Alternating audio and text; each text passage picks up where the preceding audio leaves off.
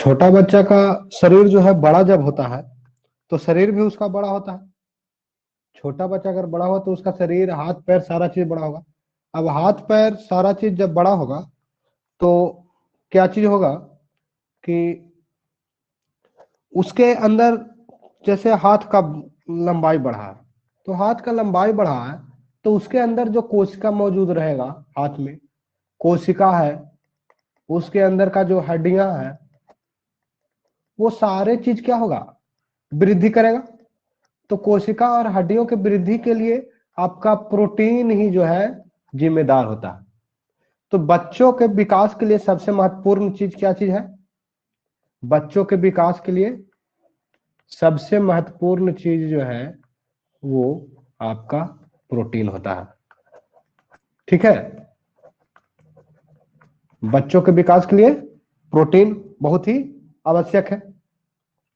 दूसरी चीज, अनेक जटिल प्रोटीन मेटाबॉलिक प्रक्रियाओं में एंजाइम का कार्य करते हैं। अनेक प्रकार का प्रोटीन जो है, प्रोटीन मिल करके ही, कई एक प्रोटीन के मिलने से एंजाइम का निर्माण होता है। प्रोटीन से किसका निर्माण होता है? एंजाइम का। प्रोटीन से किसका निर्माण हुआ? कोशिका का। प्रोटीन से एंजाइम का निर्माण होता है। प्रोटीन जो है हार्मोन के संश्लेषण में भी भाग लेता है। किसका? हार्मोन का संश्लेषण में। हीमोग्लोबिन के रूप में या शरीर के रूप में, शरीर में गैसीय संवहन का कार्य करता है।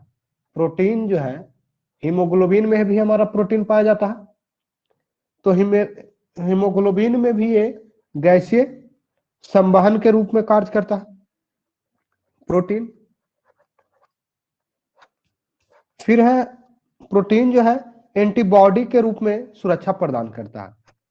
प्रोटीन किसके रूप में रहता है? एंटीबॉडी। अगर शरीर में प्रोटीन ना हो तो पहला चीज कि शरीर की विकास रुक जाएगी। कोई बच्चा अगर बौना रह गया, नाटा रह गया, किसी शरीर का अंग का निर्माण नहीं हो पाया है, तो वो किसके कमी के कारण? पहला चीज प्रोटीन। दूसरा एंजाइम। अगर किसी बच्चे का कोई भी अंग का विकास नहीं हुआ तो तीसरा कारण जो है हार्मोन। अगर ब्लड नहीं जम रहा है, अगर किसी का हाथ कट गया, ब्लड नहीं जम रहा है, तो वहां पर आपका कौन सा चीज जिम्मेदार होगा? वहां भी आपका प्रोटीन जिम्मेदार होगा। एंटीबॉडी। एंटीबॉडी क्या है? रोग प्रतिरोधक क्षमता बढ़ाता है। मतलब किसी भी, कोई भी व्यक्ति अगर ज्यादा बीमार पड़ रहा है तो उसके शरीर के अंदर प्रोटीन की कमी है, और प्रोटीन ही है जो मिल करके एंटीबॉडी का निर्माण करता है। तो एंटीबॉडी जो है क्या करता है? रोगों से लड़ने का काम करता है। और एंटीबॉडी का निर्माण किससे होता है? प्रोटीन से होता है। तो प्रोटीन रहेगा तभी तो आपके शरीर में एंटीबॉडी बनेगा, और एंटीबॉडी बनेगा तो आप बीमारियों से लड़ पाइएगा। इसलिए प्रोटीन की कमी हुई मतलब आपके अंदर बीमारियों का बढ़ोतरी हो जाएगा। ठीक है, अब प्रोटीन आपका ये पाया जाता है किस चीज में? प्रोटीन्स। तो प्रोटीन पाया जाता है दूध में, पनीर में, दूध में, पनीर में, दाल में, बादाम में, सोयाबीन। ये सब आपका क्या है? प्रोटीन का प्रचुर मात्रा में, इन सभी में प्रोटीन उपलब्ध होता है।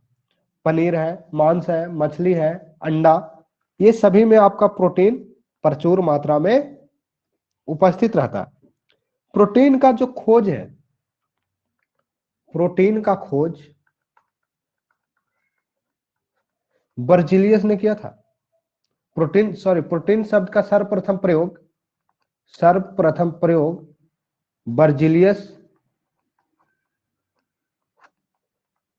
बर्जीलियस ने 1938 ईस्वी में किया।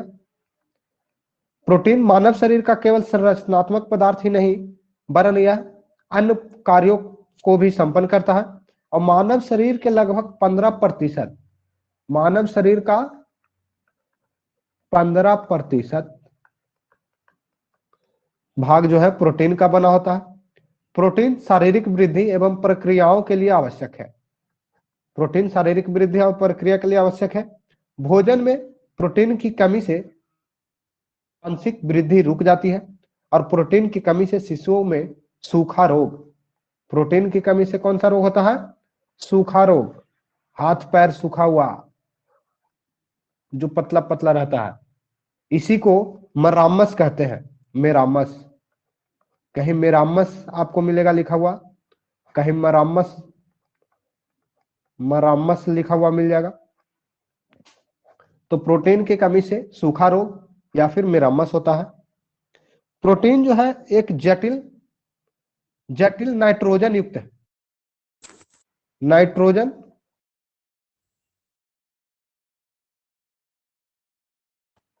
नाइट्रोजन युक्त पदार्थ है। प्रोटीन में क्या होता है?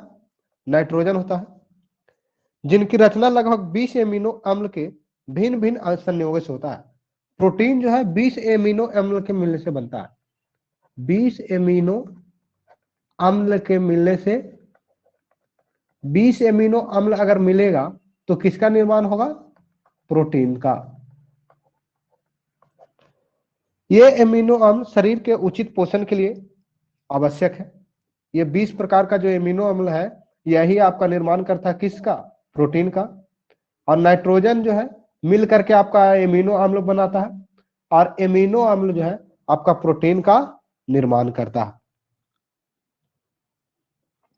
प्रोटीन में आपका क्या क्या उपस्थित होता है? तो पहला चीज आपका प्रोटीन में कार्बन, हाइड्रोजन, ऑक्सीजन और नाइट्रोजन, कार्बन, हाइड्रोजन, ऑक्सीजन और नाइट्रोजन का मिश्रण होता है, यौगिक। कुछ मात्रा में लोहा, तांबा, आयोडीन, सल्फर भी पाई जाती है। और 20 प्रकार के एमिनो एसिड के मिलने से प्रोटीन का निर्माण होता है। और प्रोटीन जो है कई प्रकार के होते हैं, प्रोटीन कई प्रकार के होते हैं। इनमें मुख्य रूप से हम लोग 3 प्रकार के प्रोटीन के बारे में पढ़ेंगे। पहला सरल प्रोटीन, दूसरा संयुग्मी प्रोटीन,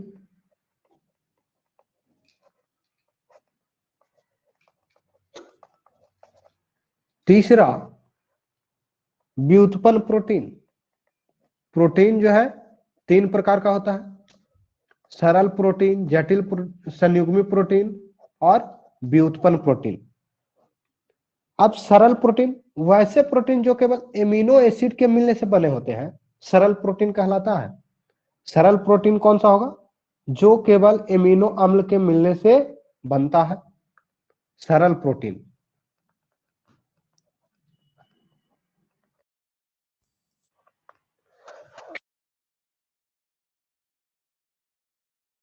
इसमें कोई और चीज नहीं रहेगा।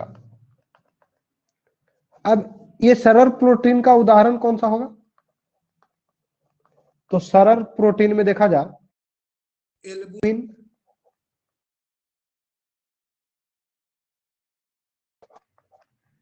Albumin, ग्लोब्यूलिन्स, histone. इन प्रोटीन के कार्य के बारे में हम लोग आगे पढ़, सिर्फ इसका उदाहरण देख लेते हैं। एल्ब्यूमिन प्रोटीन है, ग्लोब्यूलिन्स है आपका सरल प्रोटीन, हिस्टोन एक सरल प्रोटीन है। उसके बाद दूसरा देखते हैं व्युत्पन्न प्रोटीन। व्युत्पन्न प्रोटीन, तो व्युत्पन्न प्रोटीन जो होता है वैसे प्रोटीन जो प्राकृतिक प्रोटीन के जलीय अपघटन से बनते हैं। क्या चीज? प्राकृतिक प्रोटीन के जलीय अपघटन से बनेगा, मतलब जल के साथ मिलकर के बनेगा। कौन सा? प्राकृतिक प्रोटीन हो और क्या चीज? प्लस जलीय अपघटन हुआ हो, जल के साथ अपघटित हुआ हो, तो उसे कहते हैं व्युत्पन्न प्रोटीन। व्युत्पन्न प्रोटीन का आपका उदाहरण हो जाएगा peptone, peptone, peptide, peptone, peptide, it is, ये आपका कौन सा है? व्युत्पन्न प्रोटीन। उसके बाद एक है संयुग्मी प्रोटीन। संयुग्मी प्रोटीन वैसा प्रोटीन जिनमें एमिनो अम्ल के साथ नन प्रोटीन पाए जाते हैं।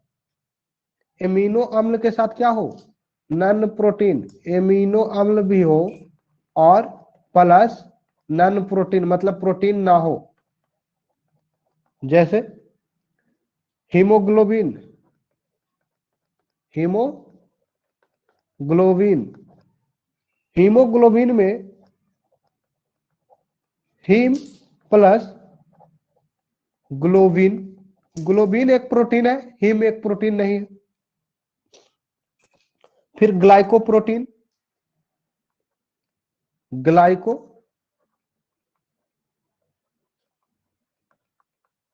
प्रोटीन, इसमें आपका ग्लूकोज प्लस प्रोटीन। तो ग्लाइकोप्रोटीन को कहने का मतलब क्या, ग्लूकोज और प्रोटीन। इसमें ग्लूकोज तो आपका प्रोटीन का भाग नहीं है और एक इसमें क्या है, प्रोटीन है। तो प्रोटीन और एक नन प्रोटीन के मिलने से संयुग्मी प्रोटीन का निर्माण होता है। कोई दिक्कत? अब प्रोटीन विभिन्न प्रकार के प्रोटीन है, जैसे एंजाइम। एंजाइम क्या करता है शरीर में, एंजाइम, एंजाइम का कार्य होता है जैव उत्प्रेरण का कार्य करना, जैव उत्प्रेरक का कार्य करता है। दूसरा काम क्या करता है जैव उत्प्रेरक के अलावा, शरीर में लगातार होने वाली शरीर में लगातार होने वाली जैव रासायनिक प्रक्रियाओं में सहायता करता है। जैव रासायनिक प्रक्रिया में सहायता, जैव रासायनिक प्रक्रिया। परिवहनीय प्रोटीन, यह रक्त के विभिन्न पदार्थों के विभिन्न ऊतकों तक ले जाता है।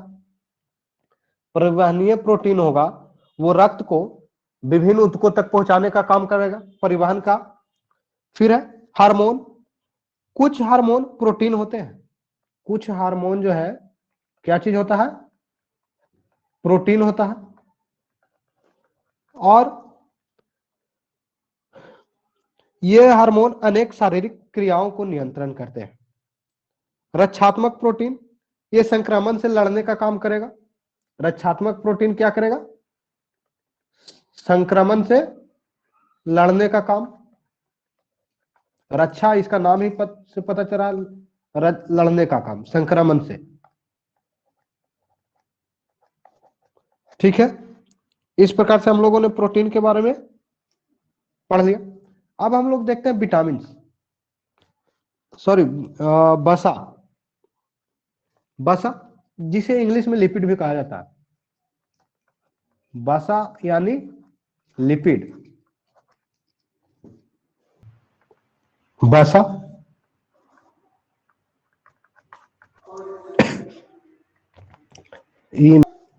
प्रोटीन के बारे में हम लोग का एक चीज छूट गया है, वो है स्रोत के आधार पर प्रोटीन जो है, स्रोत कहने का मतलब पाए जाने के आधार पर।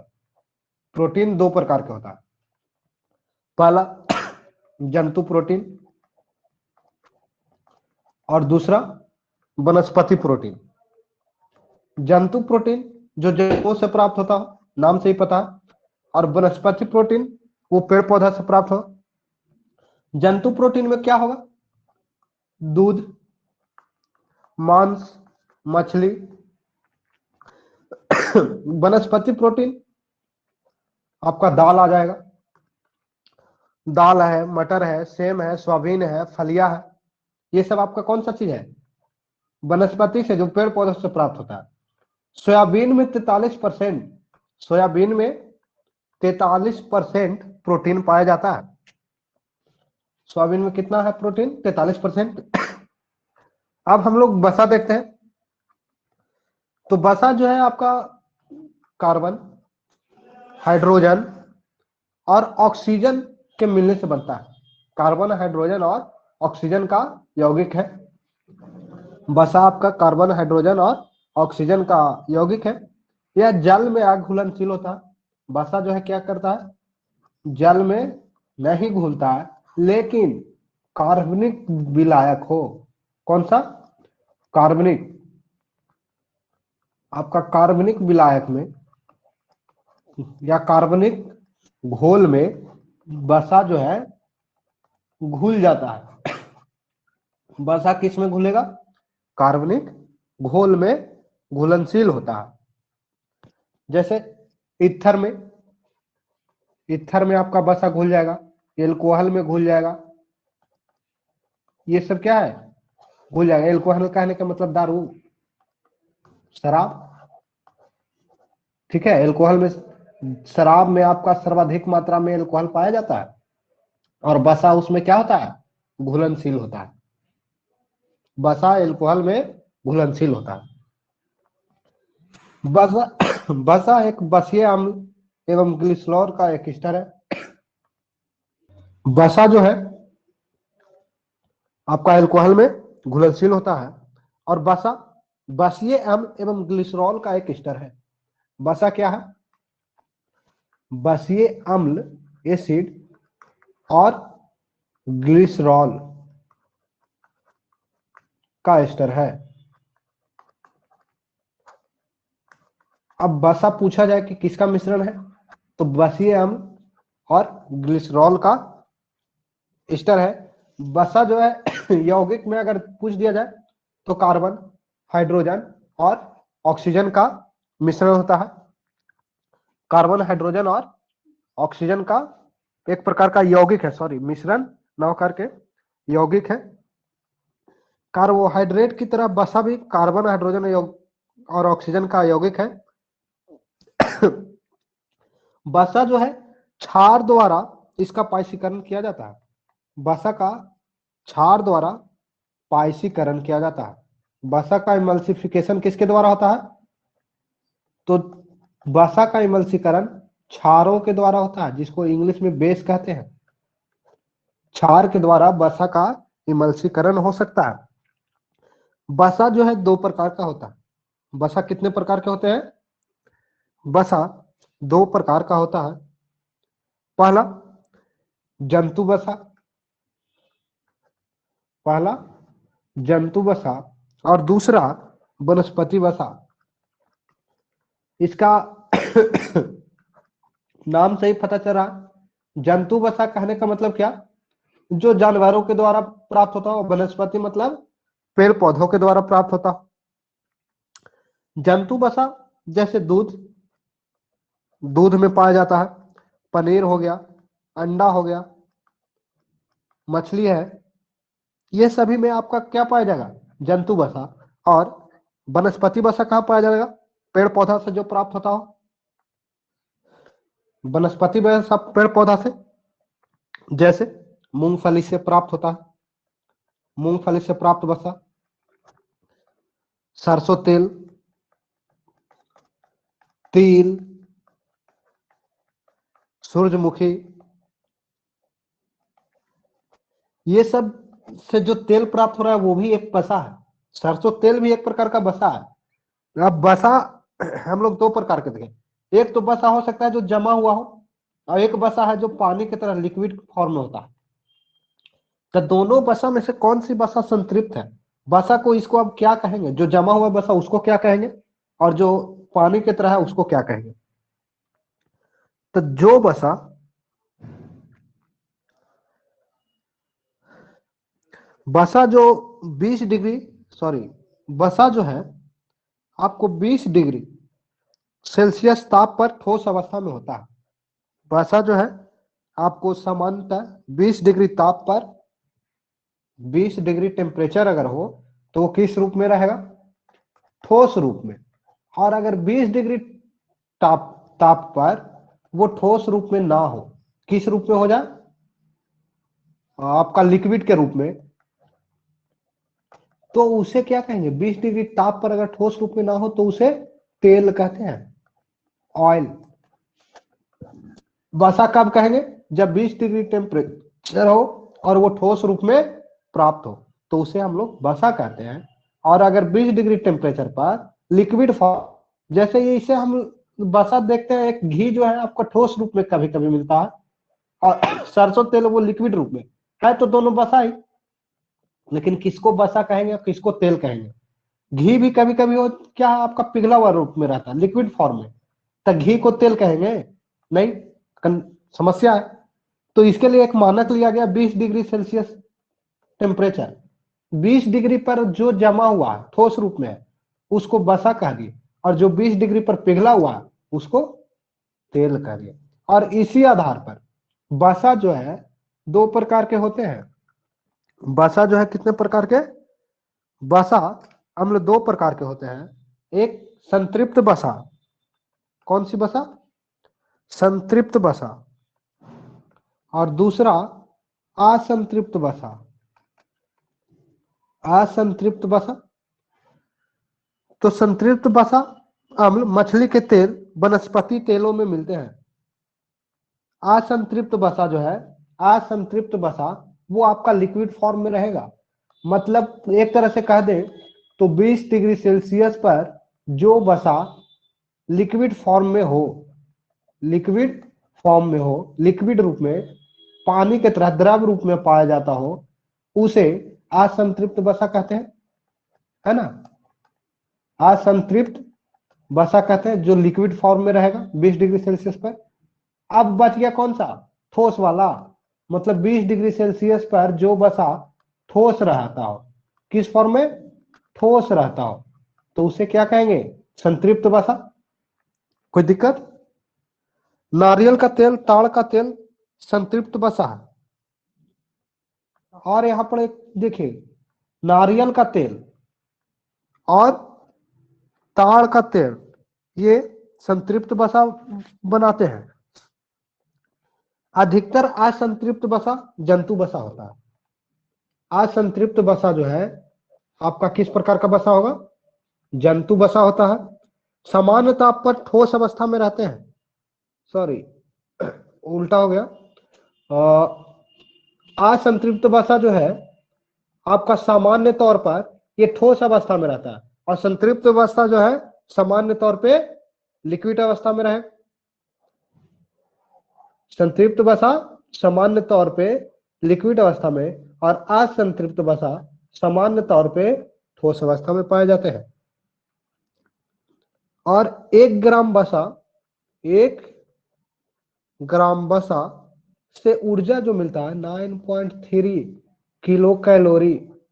1 ग्राम वसा से कितना ऊर्जा मिलता है, 9.3 किलो कैलोरी हमें वसा से ऊर्जा मिलती है। वसा का जो कार्य है शरीर को ऊर्जा प्रदान करने का काम करता है, शरीर को ऊर्जा प्रदान करने का काम करता है, शरीर को ऊर्जा प्रदान करेगा। त्वचा के नीचे जमकर शरीर के तापमान को बाहर निकलने से रोकता है। वसा जो है शरीर को ऊर्जा प्रदान करता है। दूसरा चीज, वसा जो है शरीर के नीचे जम करके तापमान को बाहर निकलने से रोकता है। अब एक चीज आप लोग देखे होंगे कि जो मोटा व्यक्ति है, मोटा व्यक्ति, इसे बहुत ज्यादा गर्मी लगेगा, और एक पतला व्यक्ति है उसे क्या होगा, कम गर्मी लगेगा। क्यों लगेगा, क्योंकि इसके शरीर में वसा की मात्रा ज्यादा है शरीर के नीचे, जो इसके शरीर का टेम्परेचर को बाहर निकलने नहीं दे रहा। अब गर्मी ना होते हुए भी इसे गर्मी महसूस होगा। लेकिन जो व्यक्ति पतला है उसके शरीर में वसा नहीं है, कम है, वसा है लेकिन कम मात्रा में है, तो उसके शरीर का तापमान क्या है, बाहर निकल रहा, जिसके कारण उसको गर्मी कम महसूस होता है।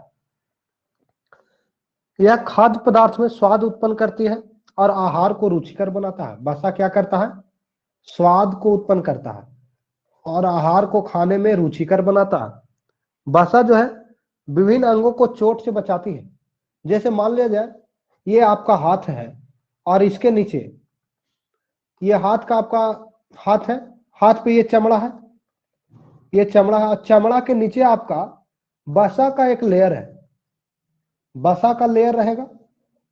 अब यहां पर जब कोई आदमी या किसी चीज से चोट लगे तो क्या होगा, ये चोट आपका चमड़ा पर लगेगा, चमड़ा के बाद कहा, वसा पे। जिससे आपको आपके अंदर का जो मांसपेशियां रहेगा वो क्षतिग्रस्त होने से बच गया, मतलब आपका हो क्षति कम पहुंचा, चोट का आभास कम हुआ। और अगर कोई एक पतला व्यक्ति है तो इसमें वसा कम होगा, वसा कम होगा तो क्या है, इसका चोट डायरेक्ट इसका मांसपेशी पर लगेगा, जिसके कारण इसको चोट का आभास ज्यादा होगा। तो वसा जो है शरीर के अंगों को चोट लगने से बचाता है। दूसरा काम, यह प्रोटीन के स्थान पर शरीर को ऊर्जा प्रदान करता है। अगर कोई व्यक्ति प्रोटीन कम ले रहा है या किसी के शरीर में प्रोटीन कम है तो वसा जो है टूट करके प्रोटीन का निर्माण करता है और प्रोटीन का जगह पे काम करता है। वसा का स्रोत हम लोग जानते हैं, दूध, मांस, मक्खी, सॉरी दूध, मांस, मक्खन, मूंगफली का तेल, घी आदि। वसा के कमी से कुछ बीमारियां उत्पन्न होती है। तो पहला चीज, आप लोग देखे होंगे कि लड़कियों का जो शरीर है बहुत चिकना होता है। तो वो चिकना, शरीर का चिकनापन, शरीर का चिकनापन, चिकनापन किसके कारण होगा? वसा के कारण। वसा के कारण त्वचा जो है चिकना होता है।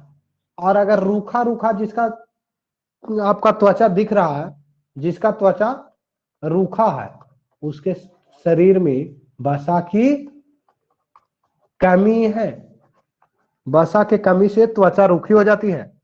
दूसरा चीज, वजन में कमी आता है। क्या चीज कम होगा? वजन कम होगा। शरीर का विकास अवरुद्ध हो जाएगा। अवरुद्ध होगा क्या चीज? विकास अवरुद्ध हो जाएगा। वसा की अधिकता से शरीर स्थूल हो जाता है, जिससे हृदय संबंधी रोग, उच्च रक्तचाप होता है। अगर वसा अधिक है शरीर में तो आप मोटा हो जाइएगा, और मोटा हो जाइएगा तो चल पाइएगा, मतलब शरीर आपका स्थूल हो गया। शरीर स्थूल हो गया तो आपके अंदर बैठे बैठे रक्तचाप की बीमारी हो जाएगी। रक्तचाप धर लेगा, उच्च रक्तचाप, हाइपरटेंशन, हृदय संबंधी कई एक प्रकार की बीमारी हो जाएगा। इसलिए ज्यादा वसा खाओ और जल्दी बीमारी लो। ये नहीं कि भाई शरीर का विकास ज्यादा होता है तो वसा ज्यादा खा लिए, ऐसा भी नहीं करना है, लिमिट से खाना है। अगला टॉपिक जो है विटामिन है।